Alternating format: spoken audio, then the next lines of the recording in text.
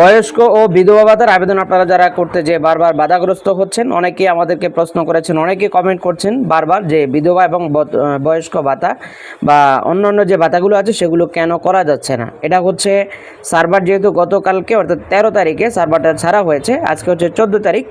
প্রচুর পরিমাণে মানুষ চেষ্টা করছে এবং হচ্ছে আমরা গতকালের ভিডিওতে দেখেছি প্রচুর কমেন্ট করেছেন। তো যেহেতু অনেক মানুষ একসাথে আবেদন করতেছে, অনেক মানুষ এই ওয়েবসাইটে যুক্ত হচ্ছে, সেক্ষেত্রে হচ্ছে সার্ভার সমস্যাটা করছে। তো আপনারা যারা আবেদন করবেন 2-1 দিন পরে আবেদনগুলো করেন, অথবা হচ্ছে আপনারা যারা আবেদনগুলো আমাদের মাধ্যমে করে নিতে চান আপনারা আমাদের হোয়াটসঅ্যাপে যোগাযোগ করলে আমাদের টিম আপনাদেরকে আবেদনগুলো করে দেবে।